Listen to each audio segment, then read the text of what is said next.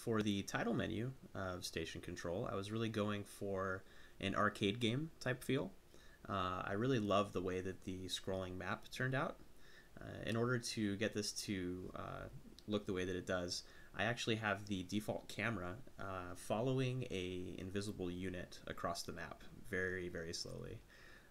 For the logo and also the UI menus right here, the how to play menu and the credits menu, which by the way, thank you so much to all of the people who helped playtest this before it was released on the arcade. It's a much, much better game because of all the time and effort they put into playtesting and giving me feedback.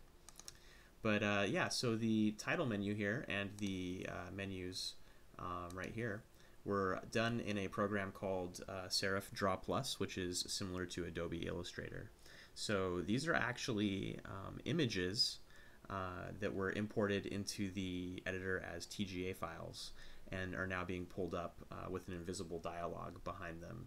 So in a way, they are actually mimicking UI menus.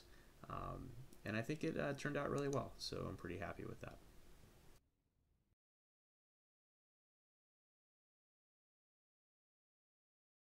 So one of the coolest UI features in the game is definitely the hero selection menus.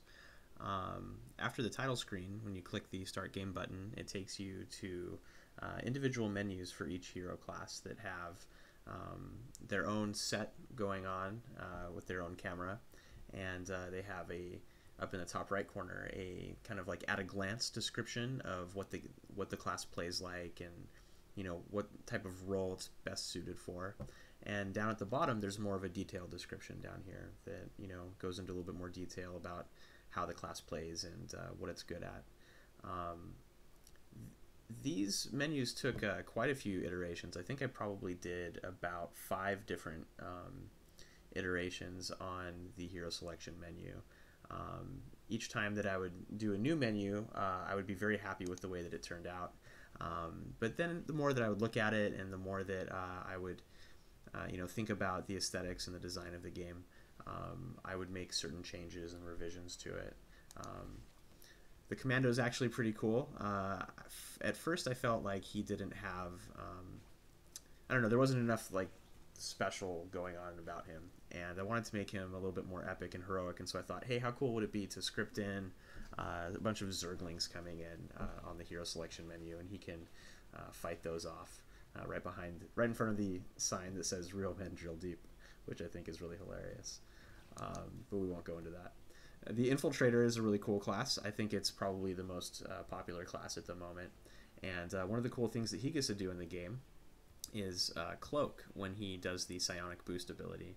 And so I scripted him going in and out of cloak on the hero selection menu.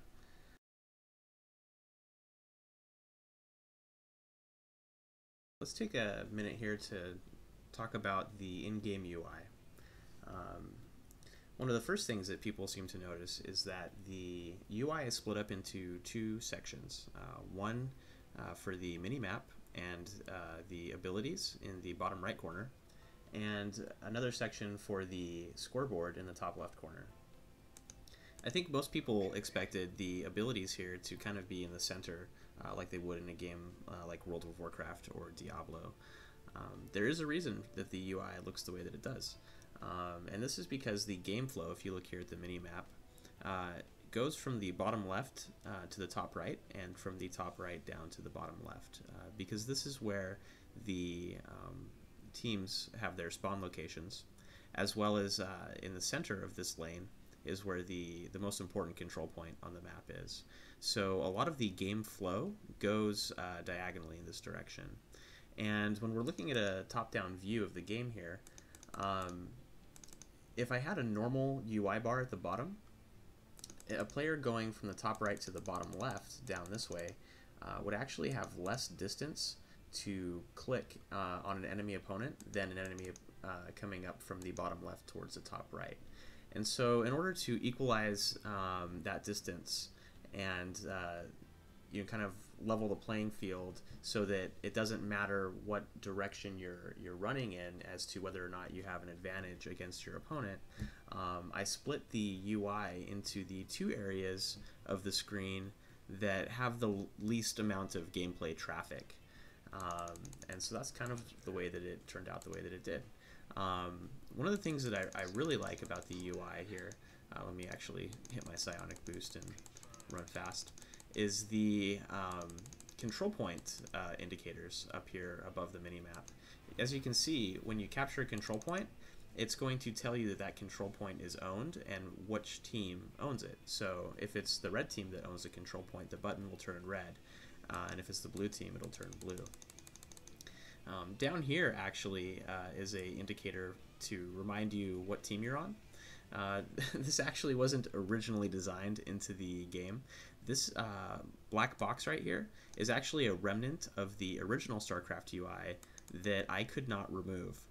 And so I thought, well, if I can't remove it, I'd better find a use for it. And so I came up with this button indicator that has the color of the team that you're on. And I set it in there so that it looks like it's supposed to be naturally a part of the UI.